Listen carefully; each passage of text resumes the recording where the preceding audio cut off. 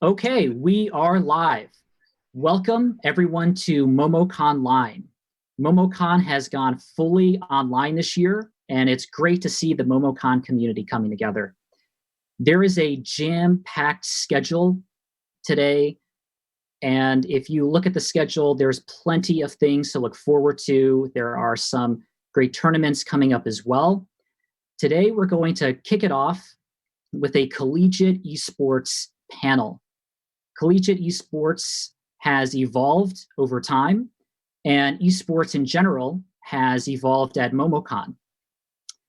My name is Nico Surlis. I'm the owner of All Mid. We've been running community through esports events, community collegiate and convention events officially for 5 years.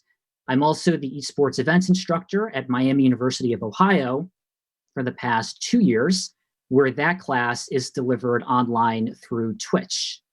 And we have a good panel today to talk about collegiate esports. Pleased to introduce Michael Brooks.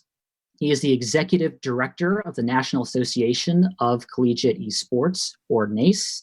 It's a nonprofit membership association that provides resources and tools for collegiate esports varsity programs.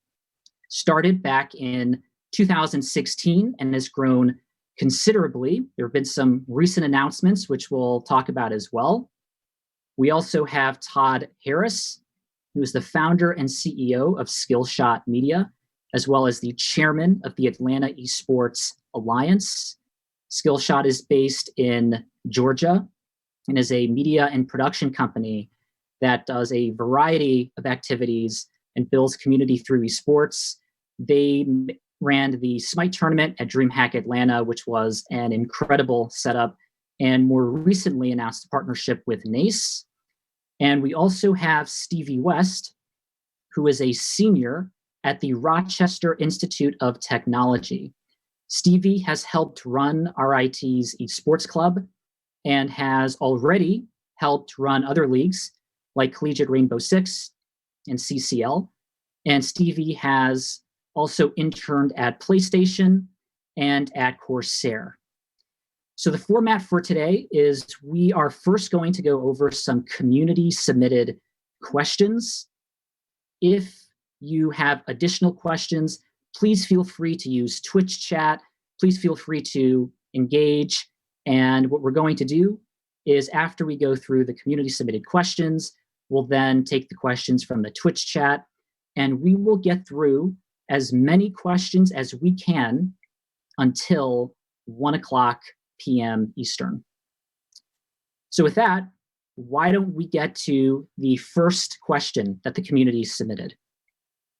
Overall, I've seen that there's a lot of curiosity around how people get their start in esports. I mean, 10 years ago, tell people that we would help run esports events or video game events, and people didn't really get it. But now it seems like we are living the esports dream. And I think what's interesting with esports is that people have different backgrounds and different experiences. So why don't we go around, open question to everyone. What got you into esports? I'll jump in there.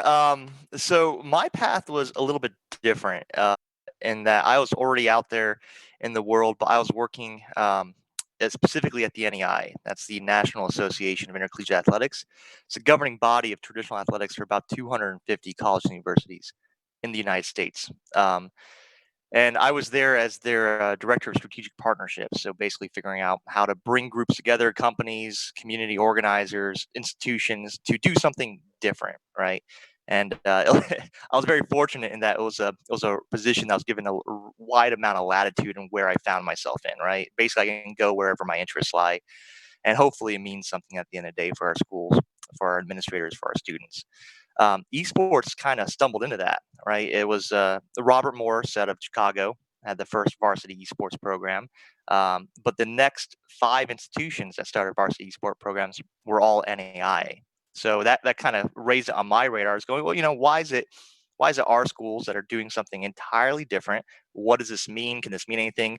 It helped that I was a gamer. I still am a gamer. I play pretty much nightly, although because of NACE and how busy it is, I'm getting maybe like a game of Rocket League in before someone's pulling on my sleeve saying I got to get back to work. Um, but yeah, it all came about through research, and really it came down to basically college presidents and athletic directors saying we need someone to organize this thing if it's going to mean something at the end of the day, if it's going to have any chance to grow.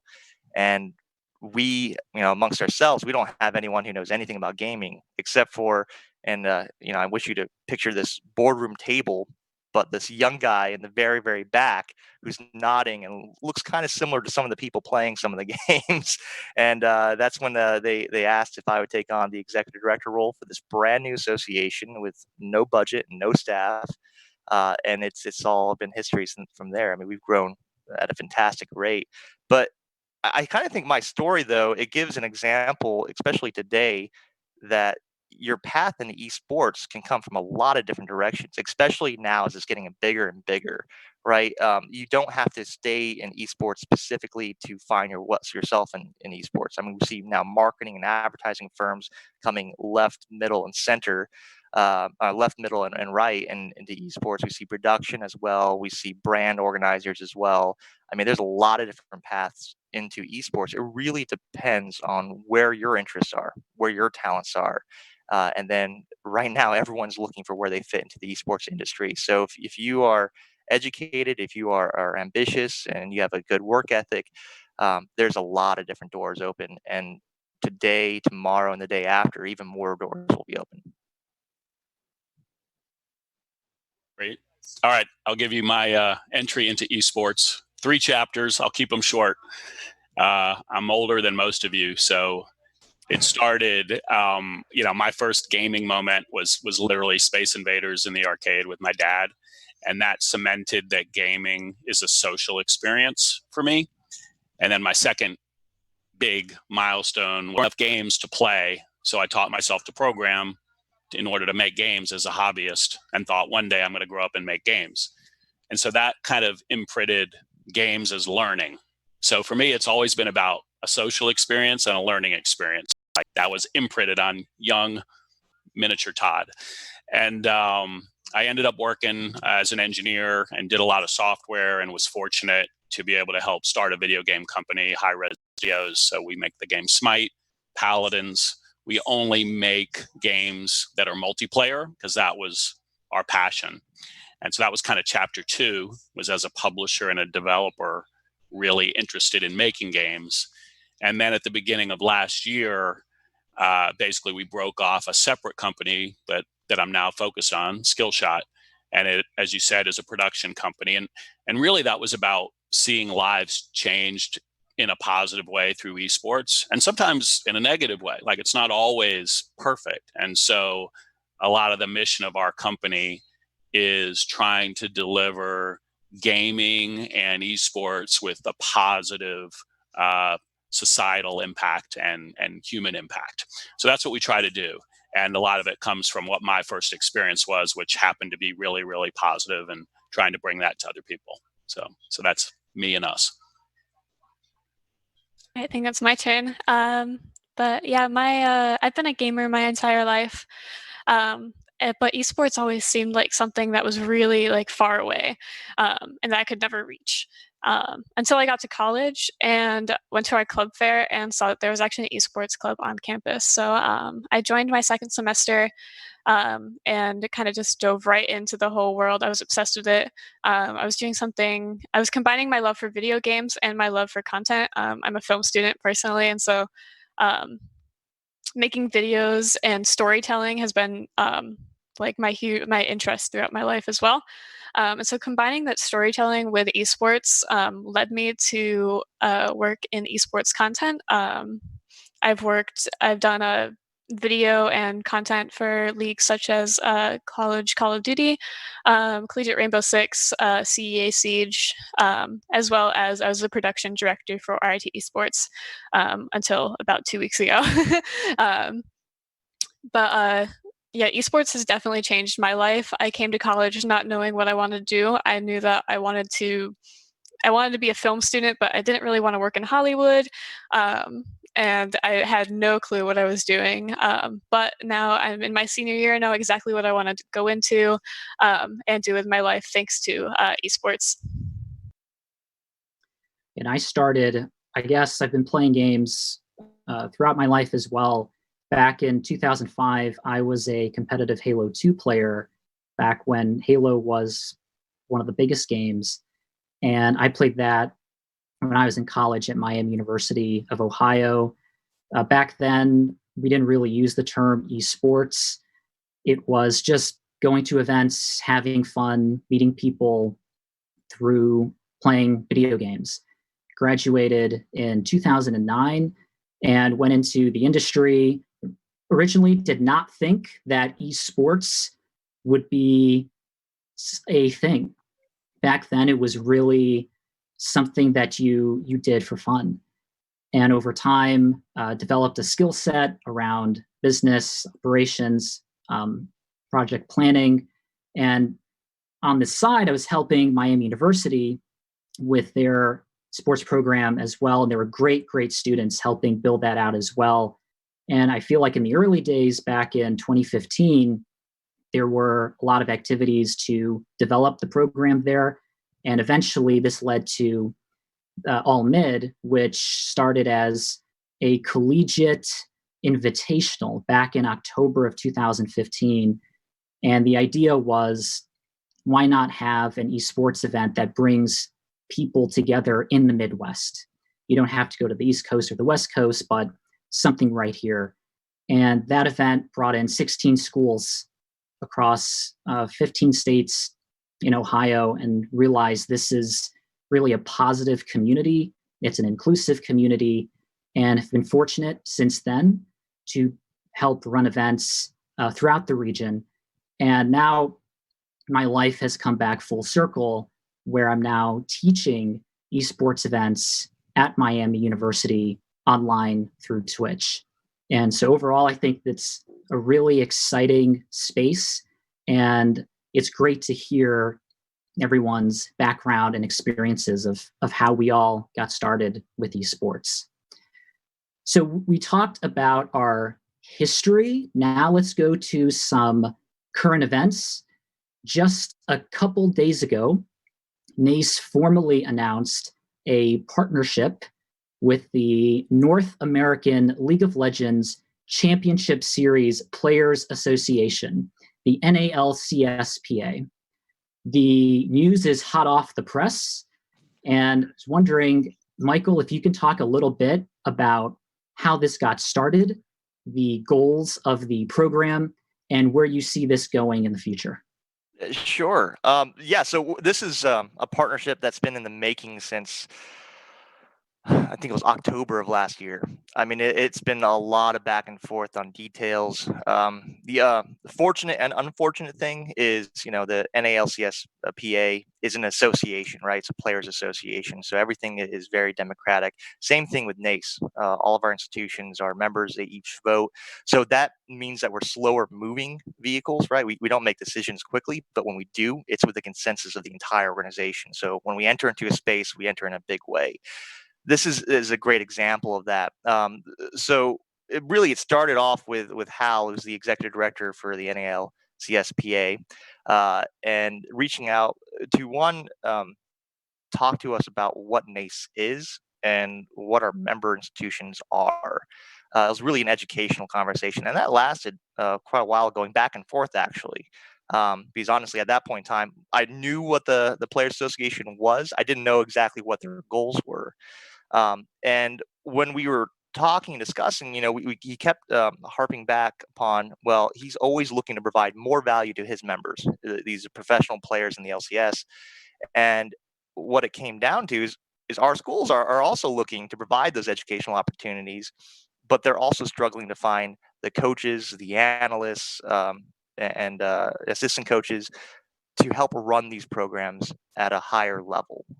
And that's primarily because there's a lack of qualified candidates for these different jobs that are being opened up left and right. Any one of my schools, right? If one of my schools starts and joins NACE, that means they have open job positions for that esports program. It's a varsity program. But we, even at the national office, we struggle to find people that we think can hit the ground running on day one. But then we looked at the NALCSPA and we're like, you know what? I think this is an excellent position to where you kind of have what we're looking for, and we definitely have what you're looking for. Let's see how we can combine this and create something brand new to the space. And that was the crux of the partnership. And then everything else was just working out the details on how do we manage that. So we announced the partnership. We've already got inquiries, and this is incredible. It was meant to be flexible. We have professional players and former professional players who are looking to go to NACE member schools, some of them just as regular students, right? It's nice that there's a varsity esports program that they can kind of tie into, but they don't want to really have another job beyond being a student. There's others who are all in on, you know what, I want to work in college. I don't want to be a student necessarily, but I want to be a coach. I want to be an analyst. And we've had a number of inquiries. I'm talking minutes after the announcement went live. Which I thought was incredible to see. And that's always encouraging to say, yes, I think we were closer to the mark on this one because we are getting that type of feedback. But it's all around what opportunities can we create in the collegiate space, either on the administrative side or the educational side for these current and former professional players in the LCS. Now, I know this is still early, it's developing, it is hot off the press. Do you think that this is a model that can be replicated or adopted by other developers as well? Can they get involved with this? Can you see Blizzard or Epic as well maybe being a part of this as well? The door is absolutely open. We're a membership association. We're an open door system. We want to partner with anyone and everyone who has value to bring to the ecosystem. And in particularly, I'm concerned about my college universities and my students.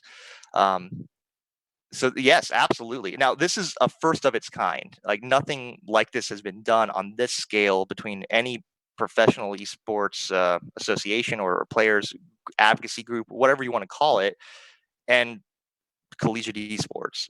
So it is new, and props to Hal and his executive board for willing to step into the breach there and be the first one.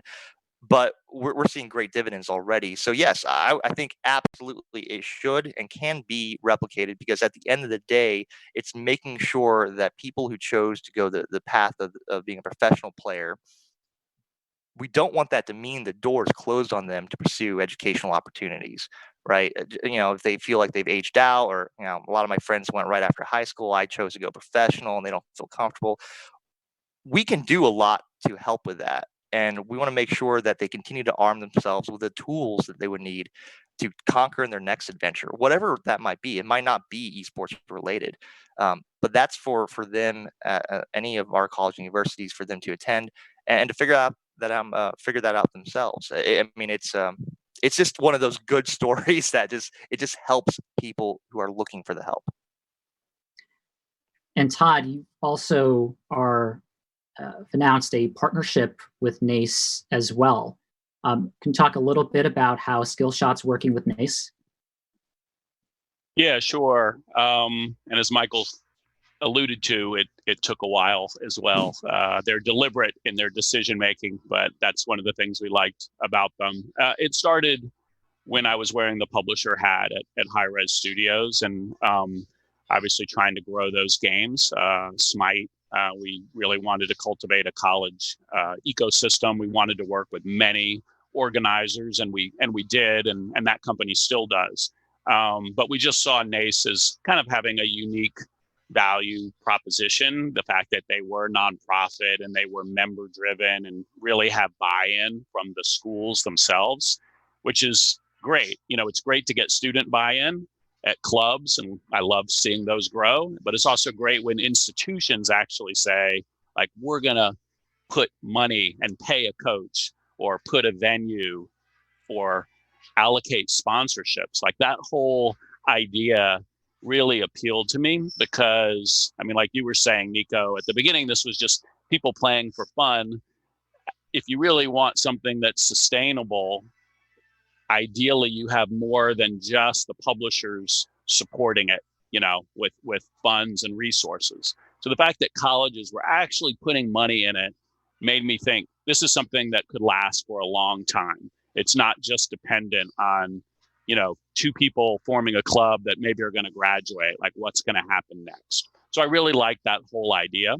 And so we supported it with that game Smite. And then when I broke off Skillshot, and now we're completely publisher agnostic. We don't just do Smite, we do Overwatch, we do mobile games, we do console games, we do a lot of things. And so we were then kind of freed up to do a broader strategic relationship. So at the end of the day, we talked to a lot of universities, and we just kept hearing they wanted more competition, more games, more competition, more hype events like the one beside me that create a nice video that can be put out that make more schools and students want to get on board. So to simplify it, that's what we're trying to do together. Michael's making sure that the schools that join get good value. I heard they wanted more competition, and so we're just trying to bring that. More competition, more hype events, more games. I know one thing that the community has gone over, and I feel like this is the obligatory question, is the NCAA. I know this keeps coming up, but with esports being so dynamic, I think it's good to hear the latest. And I'll provide some context to the MomoCon audience.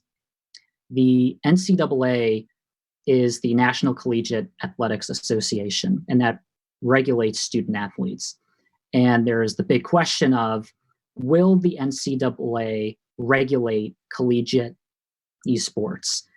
In the past, they voted multiple times. Each time they've said no, but the question keeps coming up over and over again. And there seems to be two schools of thought, and there's different nuances in between. But on the one hand, it appears that some people say that the NCAA will never regulate esports, that the procedures might be outdated, there's not agreement with everything that's being done. On the other end of the extreme, there are folks that say that there is a general trend towards consolidation, and that's not necessarily an esports thing, that's just a general thing. And the question is not if, but the question is when. Of course, there's all kinds of schools of thought in between. However, where do you think the NCAA fits in, if at all? And what do you think will happen in the future in terms of potential involvement in the NCAA? So I guess since this is really my backyard, I'll address it first, and then please feel free to anyone to jump in. So we thought the NCAA question was kind of put to bed when it failed its third vote. This was back in last September. I'm trying to remember off the top of my head when their board of governors voted, and basically it said, like, look, we're tired of talking about esports. We've had a number of proposals, we've seen a lot of research, but no actionable items for us to actually consider. So bring us an actionable item, something that we can vote on and then do, or don't bring anything in front of us ever again. Right? Not ever again, but like for some period of time. And I think the time period was like the next 3 years off the top of my head. What happened is they brought forward a proposal and it was rejected. It was voted down again. And because of the connotation at the beginning was to say, we're not going to talk about esports in the next few years. You can continue to research it, and they're primarily that's Intersport and that's the championships department in the NCAA, but don't bring up us to do anything. We're not ready for it. Obviously, if there's 3 negative votes in a row, and the space is still too fluid right now for us to figure out what the exact avenue for the NCAA is. Now, it was funny. I was talking to a reporter with the Washington Post, and she was actually asking me specific questions on NIL. I don't know if everyone's familiar with that. That's name, image, and likeness. That's been in the news because it's impacting, potentially, it will impact in some way. We just don't know how. Every student athlete within the NCAA and the NAI and the NJC, so all these athletic governing bodies, because currently their policies would say that as a student athlete, your name, your image, and your likeness is property of the institution so long as you're playing at the institution. And then all the pictures, imagery, and video as you as a student athlete is perpetually owned by that institution forever, right? So that's how schools can go. Was it University of Tennessee? What was that? Was that Peyton Manning? Trying to remember off the top of my head, but that's how they can show him still in his college days, right? It's because they actually own that. Now, with that having reverted in some fashion, we don't know exactly how, to the students, and they can monetize this themselves to some extent. That goes back and addresses one of the key problems that the NCAA recognized with esports, was that that is primarily how they make drive revenue in the NCAA, is based off of who owns the IP, and then that goes into media rights, specifically with the men's D1 basketball tournament. That generates 80% of the gross revenue for the NCAA. So it's not a small issue. This is life or death for the NCAA, is this revenue stream. But with that being addressed, she was asking, is it possible that esports can come back to the table? And I was like, that possibly. That addresses one of like 8 different critical issues that the NCAA would have to overcome in order to bring esports into the space. So in short, yeah, it is possible the NCAA could try to enter into esports in some capacity.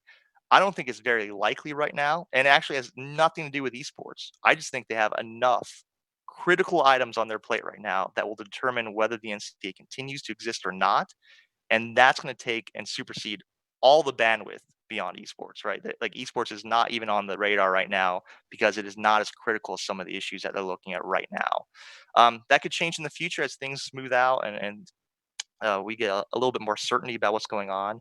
But even then, I'd still welcome them to come in. We do research right now with the NCAA. We have for the last, oh my gosh, 4 years. So basically since our inception. So we've been pretty close to them. They've been sharing information with us.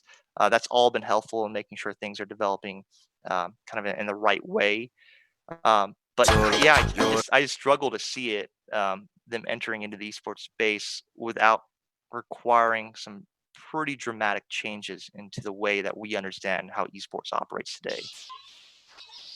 Esports is better off right now with them not involved. I'll just cut to the chase. I mean, I'll be very blunt about it. There's a lot of structural issues there. It's a slow moving organization. Esports is disrupting a bunch of things. And Michael just pointed out one, like we're streaming right now. Every college kid can stream. They can monetize over YouTube. Like that makes the NCAA's head explode. So yeah, they should look to esports as what the future of sports is and look to adopt it in many ways to traditional sports, because this is the industry that's leading and breaking new ground. So it's pretty clear in my head. Yeah, I might have to be more polite because I actually work with people in the NCAA office, right? And I think there's a ton of education opportunities. I mean, I'm not saying there's nothing esports can't learn as well, but right now this is fast moving growth period. And it's great that in 3 years, we've gone from maybe 10 varsity programs to over 200 varsity programs. So, I mean, it's very rapid growth. Everyone needs to learn from each other, and it just needs a fluid structure right now. And I think that's something important that we address. I know it's the looming question that keeps coming up over and over again. And I think the conversation will continue, but I hear the same kinds of things as well. One other question that came up that the community is looking at is, there's a lot of curiosity on how we get our start in esports, but then there's also an interest in how can we further develop our careers in esports.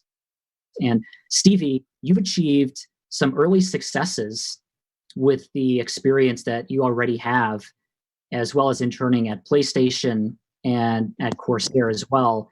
And a lot of students are trying to land opportunities in the industry. And I know there are more and more resources out there, but you've been able to achieve these successes at a time when there weren't as many resources. So can you talk a little bit about what you've done throughout your collegiate career that has helped you gain more experience in the industry? Yeah, sure. So As I said, I'm an art student, and when people think esports, they don't necessarily think about that section. You think about the pro players, you think about like the business people behind it, but having skills in every kind of field, like having business skills, having art skills, having people skills, some gaming knowledge, just having a really wide variety of experience um, is really helpful when getting esports jobs. For example, the PlayStation job that I applied to was esports intern, which was a really great experience. But when I applied, it said that it was targeted towards business students, and so I was like, well, I'm just going to throw my name in there. Like I had no expectations. They were looking for business majors or whatever, and I get a call, and they said that they actually picked my application because they were looking for people with experience in content. And so it's never bad to have experience in different fields. Like, for example, I also got my Corsair job because of my screenwriting experience. So it's like all this like random stuff um, that led me to where I am. Endless hours working on that craft as well has helped. I didn't get here just randomly. I did put in a lot of effort. Um, and also just be yourself. A lot of people, like when you go into a job interview, you're just like, all right, I have this idea of what you got to be answering. But I went into like all the interviews that I've done, I've kind of just gone in, casually chatted about video games, kind of shown my personality. And that's also been a really helpful thing. So don't be afraid to be yourself in esports, um, and work hard and you'll get there eventually. I just maybe want to pick up on what Stevie said about content. There was a lot of great stuff in there, but I think obviously esports is so content heavy, and whether that's art or doing a video or just starting a blog. I know when I was wearing the publisher hat at High Res Studios, I mean, we hired 40 people right from the community based on their content very broadly. So it might have been a pro player in the game, it might have been a YouTuber, it might have been a Twitch streamer. And so I think content not only shows what you can do, but it can spread so easily within a hiring company or to multiple hiring companies. Right now, if you are looking for a job, I mean, LinkedIn, you might, as a college student, not think it's that interesting compared to other platforms, but it's kind of on fire. Like, I know so many people that went to just from grinding on LinkedIn and connecting and putting out content, and that without ever having to pay any money, that finding an audience with the right hiring person. So I really encourage people following their passion around whatever game it is or whatever scene it is, and kind of generating content to make their craft better. And it's just great kind of marketing that really doesn't cost anything other than your time. So that would be my number one tactical tip, is actually start getting pretty active on LinkedIn, because hashtag esports on LinkedIn has everyone in the industry following it at this point. Yeah, I'll just add a few things. So, by the way, to reiterate what Todd said, LinkedIn works. I mean, people, my contact information is pretty much out there. If you Google my name or Nace, you'll find it after a few clicks. It's not that hard to find. However, LinkedIn, I've been shocked by the kind of the messages that I've gotten, and a lot of them are really intriguing, and maybe they get me at an academic level to where I'm like, oh well, I do want to hear more about that. But it works because it connects you right to the person you want to contact, and that's wholly unique about LinkedIn. I guess Twitter, if you can slide into their DMs and figure that out, that might work as well. But it's a little bit harder there because it's more social based. At least on LinkedIn, we know it's something professional. At the end of the day, is what's being asked. But I'll step back to the collegiate side. We're seeing something incredible that it exists in traditional athletics, but it's now starting to come into existence in the esports side, to where we have had interns, coaches, and assistant coaches at our schools getting hired upon graduation to go be the head coach or esports director at another member school. And it's there's coaching pedigrees in esports now. I mean, like, who did you intern under? Who were you the assistant of, and who was that coach the assistant of? I mean, that's something that really, to my knowledge, only exists in college football and basketball, to where people will literally ask, what's your pedigree, when they're determining whether to hire you or not, because it determines, what skill level they think you have. And the fact that that is starting in esports is just amazing, and so quickly as well. But what it goes to show you, if your school is involved either at the club or varsity level, or really either one, I am certain there are opportunities for you to get in and build up your portfolio, whatever your portfolio is, right? Whether it's a sponsorship campaign that you managed and created, whether it's content development, distribution, or social media and community management. I mean, any of that, those are opportunities to build up those portfolios to send to people that you're interested in talking to, because that is really the door kicker, right? Show me what you've done and why you're worth 30 minutes of my time, 10 minutes of my time. That is what you need to force those doors open to begin with. You got to show some self-initiative. You've got to show that you've been involved in this in whatever level already, because what that triggers is me looking at that and going, oh, wow, well, maybe with some more resources or some more team members, maybe some more expertise that we can send your way, maybe you can do this for us. And that's critical. Again, that's the door kicker you want. And one thing I've seen at Miami University, so Miami University started their esports program back in 2015, pretty early on. Mm-hmm. And it's evolved over time, started with the varsity team, and led to facilities, and now the curriculum, which has been running for 2 years. And one thing I've seen with the classes is that I think there is a general perception that esports is a specialized thing. And we do see a lot of STEM majors being attracted to esports. However, I could tell you for the esports events class, there is a wide variety of majors, and esports is not this separate thing. It is interdisciplinary. And so it doesn't matter so much what your major is. I think what matters more is what you want to do, because there are a lot of things that you can do in esports. And a great way to get involved is to go to events, go to the industry events like PAX and DreamHack. If you can, go to some local community events near you. I know we've seen students that have helped out, volunteer at events, and even convention events as well that we've been a part of. And now, over several years, they are now working in Collegiate Esports as directors as well, which is very interesting. So the more you get involved, the better. It's not about your background. It's not about your major. It's about your initiative and what you want to do. And this leads to the next question, because there's been a lot of questions as to how COVID-19 will impact esports. We know it has impacted it in a big way. On the one hand, we've seen events get canceled or postponed. However, we're also seeing a lot of online activity. We've even seen the World Health Organization, that once called gaming a disorder, is now recommending to play video games, watch video games as an activity to do while we cope through COVID-19, which is a big reversal. And I think as we were looking at the collegiate landscape, it appeared that there was a tidal wave of universities having esports programs coming online, especially in the fall. But now with COVID-19, there might be some questions as to what universities will be engaging more with esports. And there could even be a factor of how large is the university. So the larger universities may have more options. The smaller ones may have to make certain decisions. So Todd, I know you've ran Covade, which was an online charity event.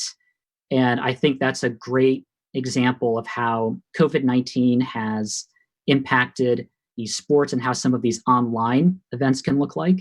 I was wondering if you can start us off on what you've learned with running these online events during these COVID times, and then also just opening it up to everyone else, how you think COVID-19 will impact the fall semester of collegiate esports. Yeah, thanks. I mean, I think as you said, obviously with the virus, it's like a short-term hit to the live events like you see behind me and behind you, but everything quickly shifted to online. It's kind of amazing how fast that happened. Although, of course, before anyone was gathering, all the production was pretty much from bedrooms anyway. So it was kind of like a rewind to 5 or 7 years ago, where it was just mainly streaming, but the technology's gotten a lot better. So around the COVID situation, we did work with a few partners and put on this event called COVID. It was crazy ambitious.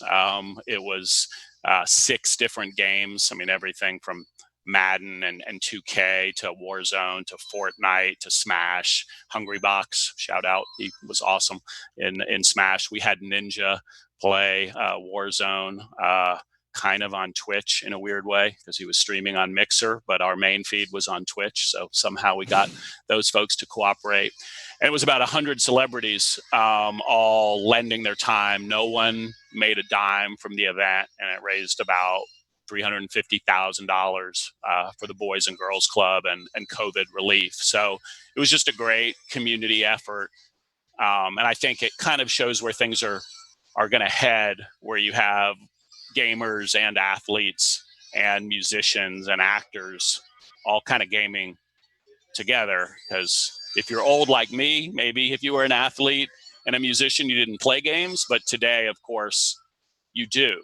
So the whole event started with a football player, Rob Gronkowski, announcing on a Wednesday he was going to return to the NFL, and on a Thursday he challenged Ninja in Warzone, and Ninja said yes. So anyway, we had to put on that whole production remotely, and it just shows how, kind of back to my other point, esports is very fluid. We're all figuring this out together. You want to react quickly, and I think that's what you're seeing in the college space. So I'll let Michael and Stevie talk about it in more detail as it applies to college, but it was a great event in that it was virtual, but it had such a big impact. Yeah, in terms of what actual colleges are doing to keep esports alive, I know for RIT Esports, it was a pretty easy transition. A lot of our teams play in online tournaments anyways, and so a lot of those kept going, and they competed, and it was fine. But as for, say, my team, who met in person every Friday, it was a really rough transition because not everybody has the materials that we have at school to continue doing graphics and video production. Um, and so that kind of fell off, which was really sad. But what my team did instead, we wanted to keep our community strong, and so we actually recreated the lab that we have meetings in Minecraft, and we'd hang out there Nice. and I have a lot like of it, fun yeah. with that. So we played Minecraft together. We've done like TFT tournaments, just like watching movies, keeping that community and spirit alive, because that's like the really big thing about collegiate esports. Like, sure, there's the games, which are really important, but I think like the friendships and the connections that you have are even more important. And so that's what we've been doing at RIT, and I know that a lot of other colleges have done the same thing. So I can add just a little bit here. I won't talk about this mess because you guys pretty much covered it. I mean, online competition continued. In fact, we actually did twice the number of online tournaments this semester that just ended than we have, a year past or even in the first semester. I mean, our workload just scaled up dramatically because so many of our member schools was asking us to help fill that gap in their schedules now and keep their students engaged and communicating together. Um, so that's great. But what we're specifically tracking right now is what's happening this fall. So we survey our membership a lot. We get a lot of information from the NCA, from the NAI, and all the surveys they're doing with their institutions. And right now, the general thread of thought there is that the fall semester is going to have a later start. The latest date I've heard right now is that some schools are planning to start in October. So that's 2 months later than you typically see the fall semester start. So what does that mean for esports?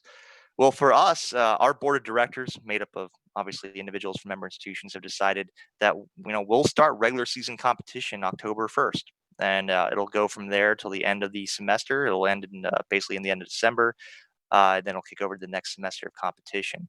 But from basically September till the October 1st, we're going to have open competition. This is competition that doesn't lead to a national championship, but it's there for schools to get their feet wet, to start scrimmaging again against other institutions, start playing at a higher level, making sure they're actually playing against other varsity programs. So no forfeitures, no rescheduling is pretty simple and straightforward. Um, and that's what we're going to be doing instead. And the reason we're doing that is we're trying to give our administrators, our coaches, and directors as much flexibility with their students as possible to make sure their students get in place first before they have to worry about competition or classes. Right? Let's settle them in first in a safe way, of course, before throwing more at them. Right? So that's what we're looking at for the next academic year. But the whole late starting period is going to impact everyone. I think MomoConline is a great example of how you can still run events despite the COVID-19 virus. And this is a great way of bringing people together. And we've seen a lot of events happening online. And going back to one of the points that Todd brought up about how more people are playing games, athletes as well. In one of the tournaments, if you look on the schedule, it's actually sponsored by a team from the NBA. It's the sports group of a team of the NBA. And they've had more athletes play online and Twitch as well. And in some ways, we can think of this as accelerating what should have happened in the past, where more and more people are playing. People that you would not necessarily expect to be playing games are now doing that because of this. So it certainly disrupted collegiate esports to some degree. There might be some decisions on how facilities may be impacted and having students on campus, but overall, it seems like there are more and more people playing now. So I'm gauging the Twitch chat, and we have a couple of questions that have come up, and I want to make sure we have a chance to cover some of the questions in the Twitch chat. First, UGL Dark King asked, what is the goal for collegiate esports?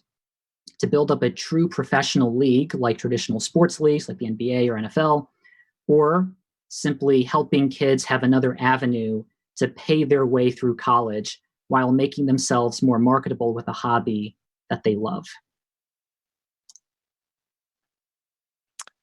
I mean, for us, it's easy. We see esports as a vehicle to help students get degrees, right? And we wish and hope that they learn skills while playing in competitive gaming to conquer whatever else they feel like they want to. I mean, that's as simple as that. Our institutions exist for one purpose, and that is to facilitate students learning and achieving degree status, whether that be undergraduate, graduate, or doctorate.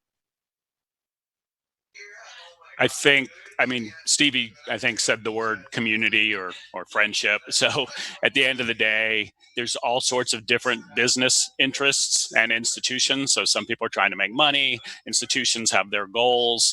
But to me, the heart of what esports is, gaming and social coming together and creating community. So what our company does is we just look for folks in the esports space, including college, that want to use esports to build community, and we try to help them with that. So I don't know that there's one overarching goal because there's so many different perspectives, but that's the way we see it. So whether it's Michael who's trying to build a community of varsities, or it's one particular school that just wants a hype event, or it's a company that's having a hard time reaching a publisher and getting a license to do something, and we can help with that.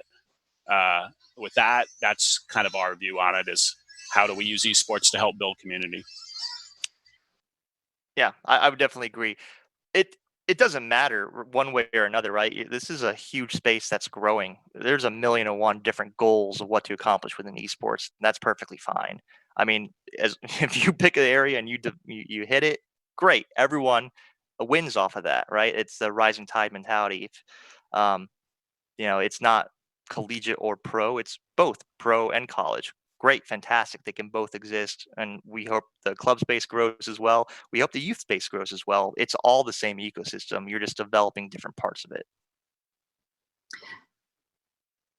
And I think what's interesting with esports is that it does have a natural, organic, grassroots feel to it.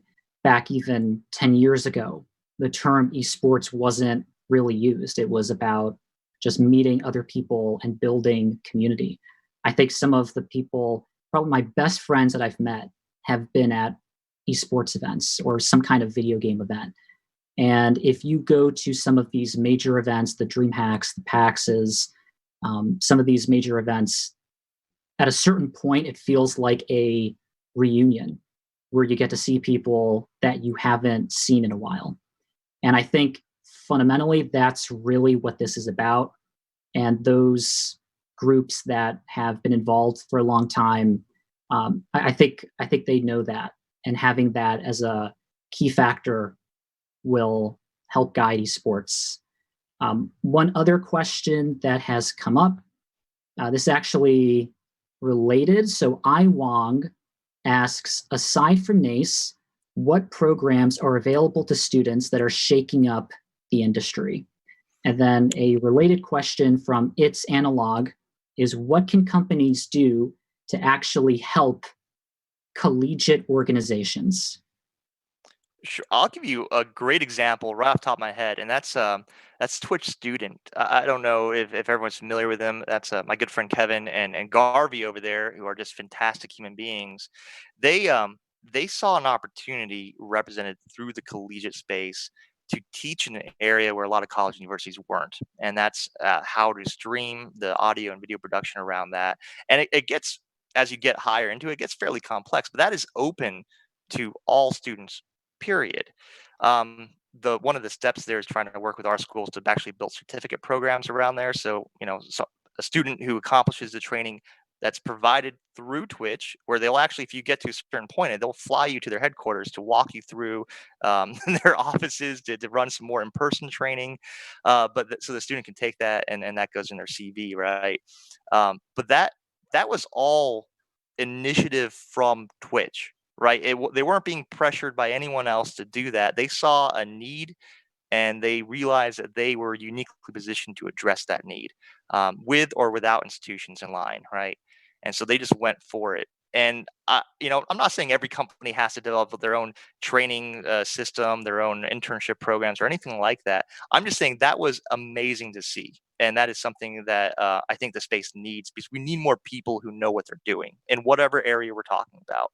We absolutely do. We're asking a lot of people who are, I would say, are go-getters, who are trailblazers, to jump in there and help do things that they don't have the formal training for. In a lot of cases, they're doing an amazing job, but the question is, how sustainable is that when you're basically you're trying to find unicorns every single time? That's not going to continue successfully. So if we want to scale, we need to have people that have the right tools, the right education, so that when they hit the ground, they're able to run and carry the organization forward, whatever organization that is. So Twitch Student, big shout out to Garvey and Kevin over there. They do an amazing amount of work and a lot of good work for our students.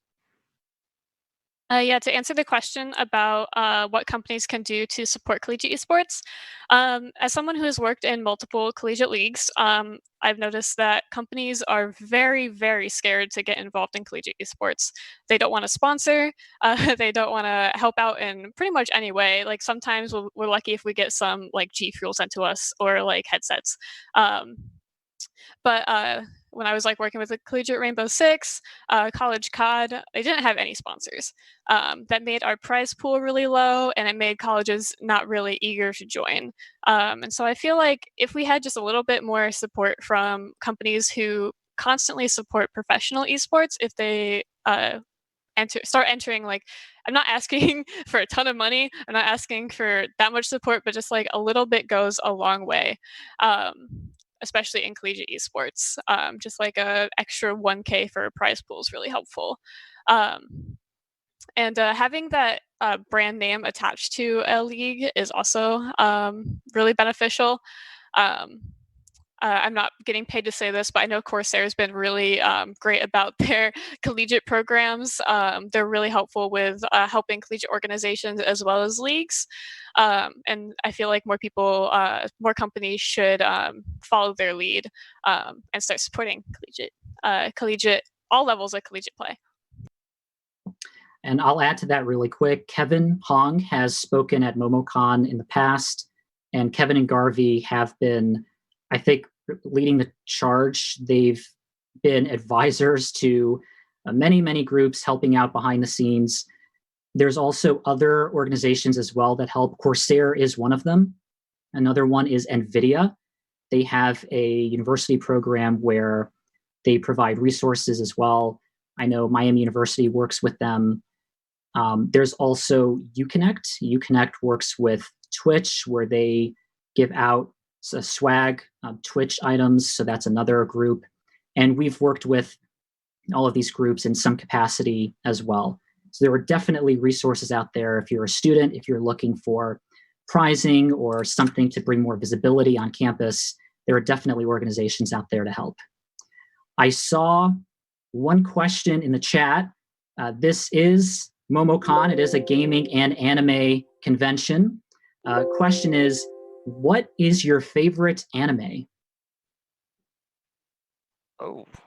I liked Trigun back in the day, or Cowboy Bebop. I mean, the intro for Cowboy Bebop was revolutionary with the whole like jazz bass opera. I don't know how best to describe it. But yeah, those were my two favorite animes growing up. I don't know if they can be surpassed. I mean, they're both pretty amazing. I'm a really big anime fan. Personally, I think my favorite is Hunter x Hunter. I'm also really into Haikyuu and My Hero Academia. No, I'm not even gonna pose. Like, I'm too old. I mean, I can get Avatar: The Last Airbender, but that's about as deep as I Now can on go. Netflix, not a sponsored. Now on plug or Netflix. So anything. big fan, seen him multiple times, but I'm not gonna try to be the anime expert for sure. I'd say my favorite, there's probably too many to choose from, but Steins Gate, I'd say, tops my list. So with that, I think that is 1:00 p.m. Eastern. I'd like to thank everyone on the panel. I know Collegiate Esports has really evolved over time, and esports in general has evolved at MomoCon. Feel free to check out some of the programming today. There are some good tournaments coming up. We're actually running the Valorant tournament later today. That's pretty exciting. That'll be at 4 p.m. Eastern. The Microsoft Store is also running events, and please check out the schedule. There are plenty of things to do today, as well as the MomoCon Discord as well. So a lot of things happening. And overall, I'd like to thank everyone on the panel for providing your insight. And I'd like to thank MomoCon as well for bringing us all together during this time. So with that, we're going to end the panel, and feel free to check out the rest of the activities.